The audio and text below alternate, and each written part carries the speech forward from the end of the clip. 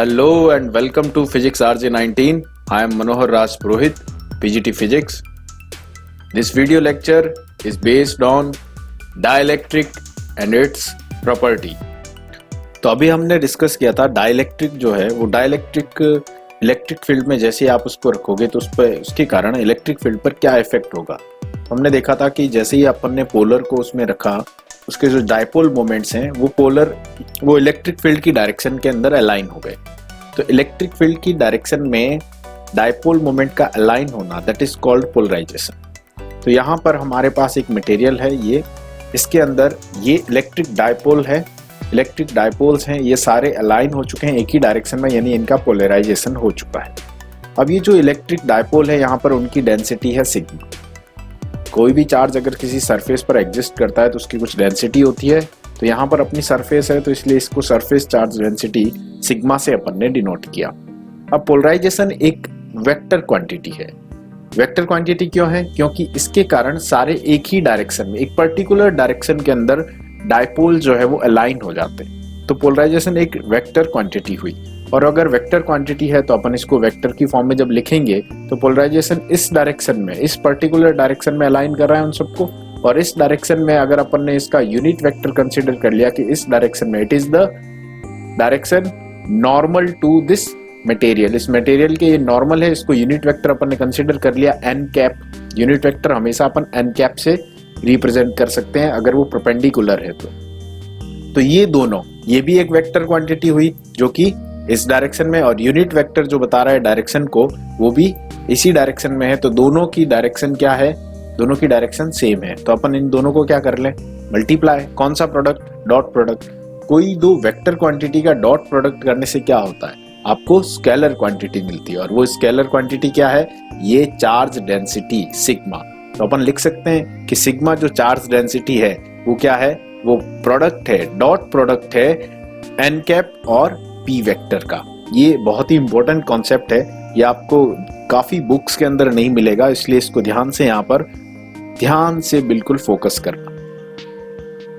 तो अपने पास electric field जो है ई इलेक्ट्रिक फील्ड, अब ई कौन सा इलेक्ट्रिक फील्ड है? वो नेट इलेक्ट्रिक फील्ड है। इस डाइलेक्ट्रिक मीडियम को यहाँ पर रखने से जो एक्सटर्नल इलेक्ट्रिक फील्ड उस पर क्या इफेक्ट आएगा? उसका इलेक्ट्रिक फील्ड रिड्यूस होगा, इंक्रीज होगा, क्या होगा? वो नेट इलेक्ट्रिक फील्ड अपन फाइंड करना चाहते हैं। तो ई नॉट जो है वो एक्सटर्नल इलेक्ट्रिक फील्ड है। जब डाइलेक्ट्रिक यहाँ नहीं है तो ई नॉट इलेक्ट्रिक फील्ड है। जैसे ही डाइलेक्ट्रिक रखा, इसके जो डाइपोल मोमेंट्स हैं वो एक्सटर्नल फील्ड की डायरेक्शन में अलाइन हुए। इस डाइलेक्ट्रिक मटेरियल का जो इलेक्ट्रिक फील्ड है वो इस डायरेक्शन में होगा, वो है ये ई नॉट, ई आई। और ई नॉट जो है वो एक्सटर्नल है और वो इस डायरेक्शन में। तो ई नॉट आउटवर्ड डायरेक्शन में है और ई आई इनवर्ड डायरेक्शन में। तो ओवरऑल क्या होगा? इन दोनों का डिफरेंस। ये चीज समझ में आ जानी चाहिए। तो अगर ये इन दोनों का डिफरेंस है, अब देखिए ई आई की वैल्यू आप निकाल सकते हो कैसे? कि सिग्मा अपॉन एप्सिलॉन नॉट, ये अपन ने पढ़ा है जब इससे पहले। तो सिग्मा अपॉन एप्सिलॉन नॉट आपका इलेक्ट्रिक फील्ड होता है, यू ऑल नो। क्लियर? तो सिग्मा देखिए चार्ज डेंसिटी है और पी क्या है? पोलराइजेशन। जितना चार्ज डेंसिटी ज्यादा होगा, मैं कहता हूं यहाँ पर दो ही चार्ज है, यहाँ पर दो ही इलेक्ट्रिक डाइपोल है, तो पोलराइजेशन किसका होगा? उन दो का। अगर यहाँ पर 4 आ गए, यहाँ पर 5 आ गए, यहाँ पर 10 आ गए, तो पोलराइजेशन भी क्या होगा? इंक्रीज होता रहेगा। तो चार्ज डेंसिटी के ऊपर आपका पोलराइजेशन टोटली डिपेंड कर रहा है। देन वी कैन से कि charge density is equivalent to the polarisation. Charge density जो यहाँ पर है डाइपोल्स की वो पोलराइजेशन के इक्वल होगा। जितना ज्यादा चार्ज डेंसिटी उतना ज्यादा चार्ज अलाइन होंगे इलेक्ट्रिक फील्ड की डायरेक्शन में। तो हमने यहाँ से ये रिजल्ट शो कर दिया। अब अगर आप इसको वेक्टर फॉर्म में लिखना चाहते हैं तो आप लिखेंगे sigma equal to P vector dot N cap. देखिए वही मैंने आपको अभी जो बताया था कि दोनों की डायरेक्शन है, डॉट प्रोडक्ट होगा और आपको स्केलर क्वांटिटी मिलेगी सिग्मा। ये इंपॉर्टेंट टॉपिक है, इसको ध्यान से समझना। हो सकता है ये थोड़ा आपको टफ लगे, लेकिन इसको इजी कब बनेगा आपके लिए? जब आप इसको अच्छे से जो है वो समझ लोगे। तो ई आई इक्वल टू, अब जब सिग्मा इक्वल टू पी अपन कह सकते हैं पोलराइजेशन, तो E I equal to P upon epsilon naught कह सकते हैं, बिल्कुल कह सकते हैं। यहाँ पर अपन ने लिख लिया E I equal to P upon epsilon naught. अब देखिए P is directly proportional to E। अब P directly proportional to E क्यों है? क्योंकि पोलराइजेशन कब बढ़ेगा? ये यहाँ के सारे चार्ज जो है वो पोलराइज कब होंगे, जब ये नेट इलेक्ट्रिक फील्ड इसका इंक्रीज होगा। नेट इलेक्ट्रिक फील्ड को इंक्रीज करने के लिए आपको एक्सटर्नल इलेक्ट्रिक फील्ड इंक्रीज करना पड़ेगा। फॉर एग्जांपल अभी आपके पास एक्सटर्नल इलेक्ट्रिक फील्ड है 10 अगर एक्सटर्नल इलेक्ट्रिक फील्ड है और इंटरनल जो यहाँ पर डेवलप हो रहा है इस डाइलेक्ट्रिक पर वो हो रहा है 3, तो ओवरऑल कितना बच गया 7। तो 7 के कारण यहाँ पर पोलराइज्ड हो गए ये सारे डाइपोल। अब मैं कह रहा हूं कि आपका एक्सटर्नल जो है वो 30 है और इंटरनल कितना है, इंटरनल जो है यहाँ पर वो है 10। तो आपका नेट कितना बच गया, डिफरेंस ऑफ 30 और 10 कितना हुआ 20। Large number of electric dipoles को इलेक्ट्रिक फील्ड की डायरेक्शन में अलाइन करेगा। तो P जो है इलेक्ट्रिक डाइपोल का पोलराइजेशन वो directly proportional to electric field के भी होगा। अब देखिए इलेक्ट्रिक फील्ड कौन सा है, ये नेट इलेक्ट्रिक फील्ड। यहां पर जब प्रोपोर्शनल टू का साइन रिमूव होगा तो आपके पास आएगा epsilon not and a new and unique constant that is called Sai. इसको अपन साई या कुछ बुक्स जो है इसका प्रोनाउंसिएशन काई भी बोलते हैं, तो साई या काई कुछ भी बोलो डजंट मैटर। तो साई यहाँ पर एक नया कांस्टेंट है, एप्सिलॉन नॉट तो आपको पता ही है परमिटिविटी, साई नया कांस्टेंट है और इसका मीनिंग होता है इलेक्ट्रिक ससेप्टिबिलिटी। अब देखिए नया वर्ड आ गया इलेक्ट्रिक ससेप्टिबिलिटी, ये आप जब मैग्नेटिज्म में पढ़ेंगे तो वहां पर वापस आएगा। अभी ये इलेक्ट्रिक ससेप्टिबिलिटी है, तो ससेप्टिबिलिटी का मीनिंग क्या है, मैं कहता हूं हमारे पास ये एक एरिया है, ये जो है ये एक स्पेस है और इसका एप्सिलॉन नॉट क्या है, परमिटिविटी है। एप्सिलॉन नॉट यहाँ पर परमिटिविटी है और ये स्पेस है यानी वैक्यूम है। यहाँ पर वैक्यूम इन द सेंस यहाँ पर कोई पार्टिकल ही नहीं है, कोई पार्टिकल ही नहीं है, ये स्पेस की बात कर रहे हैं। अगर यहाँ पर कोई पार्टिकल नहीं है, एयर नहीं है, कोई मटेरियल नहीं है, तो इस वैक्यूम में इलेक्ट्रिक ससेप्टिबिलिटी क्या होती है, जीरो। इलेक्ट्रिक ससेप्टिबिलिटी क्या होती है, जीरो। ऐसा मैंने आपको क्यों बताया, ताकि आपको एक आइडिया हो जाए। इलेक्ट्रिक ससेप्टिबिलिटी एक ऐसी प्रॉपर्टी है मटेरियल की जो कि क्या करती है, उनको अलाइन कर देती है। पोलराइजेशन के अगर रेस्पेक्ट में देखें तो वो अलाइन करने की टेंडेंसी, अलाइन करने की capacity, that is susceptibility, electric susceptibility. तो यहाँ के जो सारे डाइपोल्स हैं इनको एक ही डायरेक्शन में अलाइन करने की टेंडेंसी, उसकी कैपेबिलिटी, ये इलेक्ट्रिक ससेप्टिबिलिटी है। अगर मैं कहता हूं यहाँ पर कोई डाइपोल नहीं है तो ये अलाइन करने की कैपेबिलिटी भी क्या हो जाएगी, जीरो। वही मैंने आपको यहाँ पर समझाया। तो पोलराइजेशन में ये दोनों कांस्टेंट अपने को मिलते हैं। इन दोनों कांस्टेंट को अपन ने यहाँ पर, ये आपके पास फॉर्मूला, देखिए जितने भी फॉर्मूलाज मिल रहे हैं आपको ये सारे इंपॉर्टेंट है, इनको ध्यान रखना। तो E इक्वल टू, अब देखिए वापस इसको लेके चलते हैं, E equal to E not minus P upon epsilon not. कहाँ से आया, ये यहाँ से आया। ई आई की value P by epsilon not है, तो यहाँ पर पुट किया अपन ने E minus P upon epsilon not. P की वैल्यू हमने क्या फाइंड की, एप्सिलॉन नॉट काई E अपॉन एप्सिलॉन नॉट। तो ये एप्सिलॉन नॉट से एप्सिलॉन नॉट आपका हो गया कैंसिल और काई E ये आपके पास बच गया।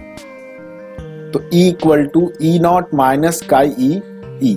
तो यहाँ पर अब E ये भी है जो साई के साथ या काई के साथ है और ये भी E है, तो दोनों एक जैसी टर्म है, इसलिए इसको मैं यहाँ पर LHS के अंदर ट्रांसफर कर दूं। जैसे ही ट्रांसफर कर दिया ये हो गया E प्लस काई E, ये हो गया E प्लस काई E और इधर क्या हो गया E नॉट, ये बच गया आपका E नॉट।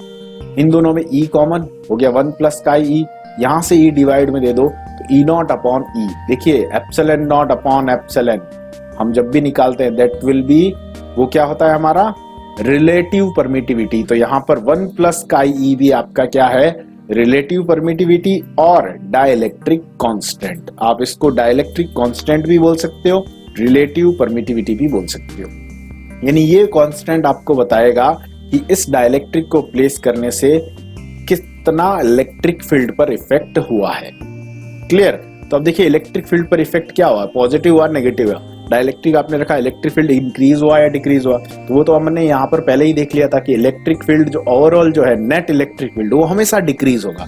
क्यों डिक्रीज होगा, क्योंकि एक्सटर्नल इलेक्ट्रिक फील्ड जो है उसके अगेंस्ट एक फील्ड डेवलप हुआ है और वो इसमें से सबट्रैक्ट हो रहा है, क्योंकि डायरेक्शन अपोजिट है, सबट्रैक्ट हो रहा है, इट मींस ओवरऑल क्या होना है, डिक्रीज ही होना है। इसलिए डाइलेक्ट्रिक को जब भी आप प्लेस करोगे आपका इलेक्ट्रिक फील्ड हमेशा डिक्रीज होगा। ये क्लियर हो गया। अब चलते हैं next.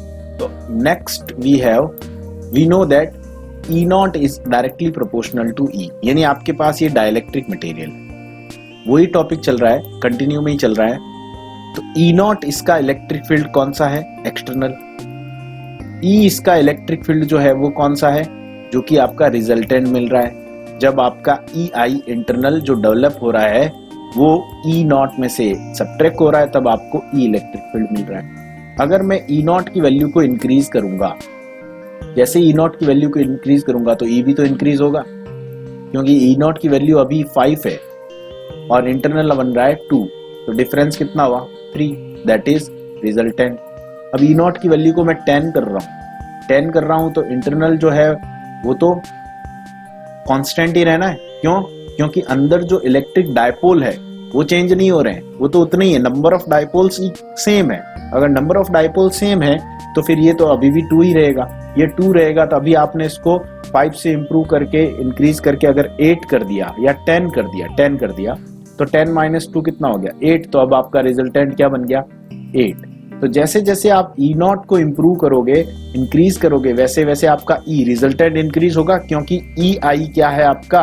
Constant.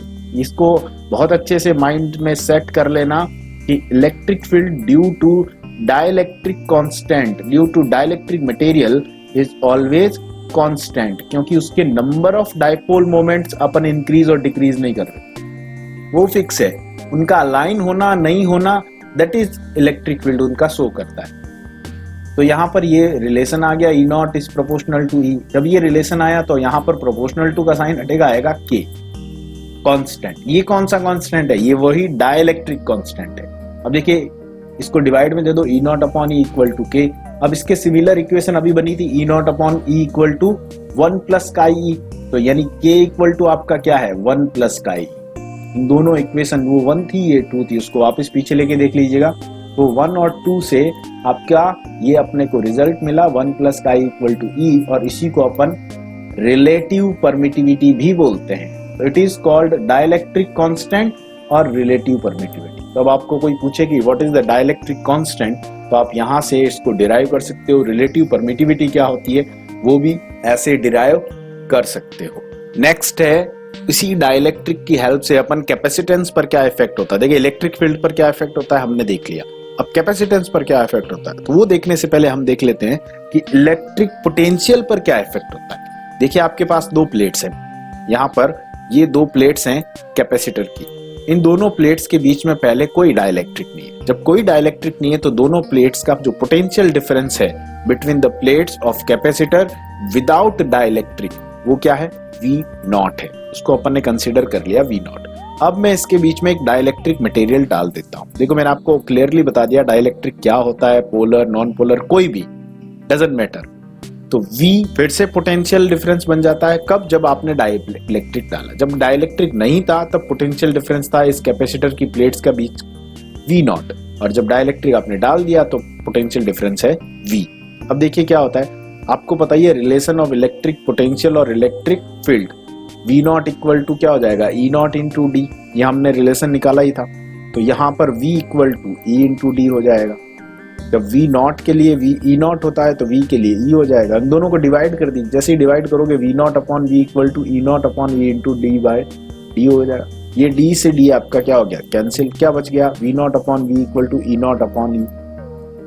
E not upon E क्या होता है? ये तो हमारा कांस्टेंट है, that is called dielectric constant. तो यहाँ पर V नॉट अपॉन V भी क्या हो जाएगा आपका? कांस्टेंट और रिलेटिव परमिटिविटी।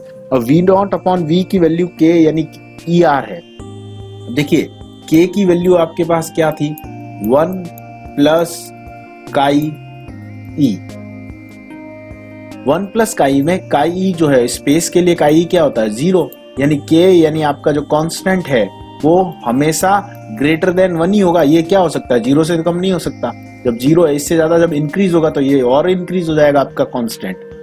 तो रिलेटिव परमिटिविटी या डाइलेक्ट्रिक कांस्टेंट हमेशा 1 से ज्यादा ही होगा, और अगर 1 से ज्यादा होगा तो फिर आपके यहाँ पर क्या हो गया?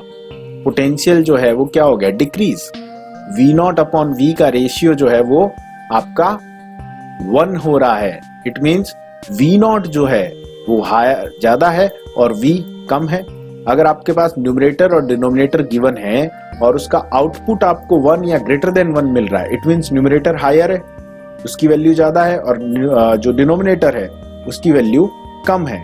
तो डिनोमिनेटर की वैल्यू कम है, तो डिनोमिनेटर क्या है? डिनोमिनेटर तो है पोटेंशियल विद डाइलेक्ट्रिक, यानी आपने जब डाइलेक्ट्रिक लिखा तो पोटेंशियल क्या हो गया? कम हो गया, और जब डाइलेक्ट्रिक नहीं था तो पोटेंशियल हाई था।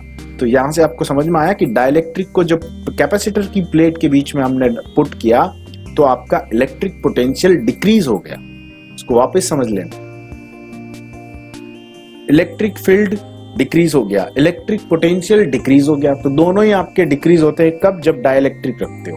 कैपेसिटेंस पर क्या फर्क है वो अगले पेज पर आ जाएगा। तो overall electric field and electric potential is reduced by introducing a dielectric between the plates of charged parallel plate capacitor। आप एक पैरेलल प्लेट कैपेसिटर के प्लेट्स के बीच में जब डाइलेक्ट्रिक डालते हो तो इलेक्ट्रिक फील्ड भी डिक्रीज होता है और इलेक्ट्रिक पोटेंशियल भी डिक्रीज होता है। ये हमने डिस्कस कर लिया है। यहाँ पर जो अपन ने दोनों टॉपिक पढ़े ये उसका कंक्लूजन है। तो इसको अच्छे से आपको लर्न करना है, इसको रिवाइज करना है, नहीं तो ये बहुत ही इंपॉर्टेंट टॉपिक है। ये आपके माइंड से अगर स्लिप हो गया तो ये आगे और भी कई सारे कॉन्सेप्ट को जो है वो वीक कर देगा। क्लियर? तो फाइनली कैपेसिटेंस पर क्या इफेक्ट होता है जब डाइलेक्ट्रिक का? तो हमने देख लिया कि पोटेंशियल जो है वो तो डिक्रीज होता है। अगर पोटेंशियल डिक्रीज होता है डाइलेक्ट्रिक डालने से तो कैपेसिटेंस क्या होगा? ऑब्वियस है, इंक्रीज होगा। तो इट मींस इलेक्ट्रिक फील्ड और इलेक्ट्रिक पोटेंशियल डाइलेक्ट्रिक के कारण डिक्रीज होते हैं और कैपेसिटेंस डाइलेक्ट्रिक के कारण इंक्रीज होता है। तो अब आपको समझ में आना चाहिए कि हम क्यों कैपेसिटर की प्लेट्स के बीच में डाइलेक्ट्रिक को यूज करते हैं, ताकि उसका कैपेसिटेंस इंप्रूव हो। क्योंकि डाइलेक्ट्रिक पॉजिटिव प्लेट और नेगेटिव प्लेट के बीच में चार्जेस को फ्लो नहीं होने देता है, ओनली उसके इफेक्ट को अलाउ करता है। और अगर चार्ज फ्लो नहीं होते हैं तो कैपेसिटर स्टोर्ड होता है, कैपेसिटर चार्ज रहता है, और चार्ज रहेगा तो हमारे लिए यूजफुल है। अगर हमने हटा लिया डाइलेक्ट्रिक तो कैपेसिटर अनचार्ज हो जाएगा वहीं पर, हमारे लिए यूजफुल नहीं है, वो चार्ज स्टोर करने में कैपेबल नहीं होगा। तो thus when potential decreases capacitance increases, hence capacitance of parallel plate capacitor increases when we place dielectric between the plates। ये है इस पूरे का कंक्लूजन कि आपने डाइलेक्ट्रिक डाला। पहले अपने देखो का डाइलेक्ट्रिक को समझा क्या होता है। पोलर नॉन पोलर दो टाइप के होते हैं, इन दोनों को फिर अपन ने देखा कि इसको इलेक्ट्रिक फील्ड रखने से क्या होता है, बाहर निकाले तो क्या होता है, ये दोनों अपन ने डिस्कस किए। इसके बाद हमने देखा कि डाइलेक्ट्रिक को जब हमने रखा इलेक्ट्रिक फील्ड में तो इलेक्ट्रिक फील्ड पर क्या इफेक्ट हुआ। फिर अपन ने देखा कि इलेक्ट्रिक पोटेंशियल पर क्या इफेक्ट होगा। अब देख रहे हैं कि इलेक्ट्रिक कैपेसिटेंस पर। ये बहुत ही इंपॉर्टेंट टॉपिक्स हैं। ओके।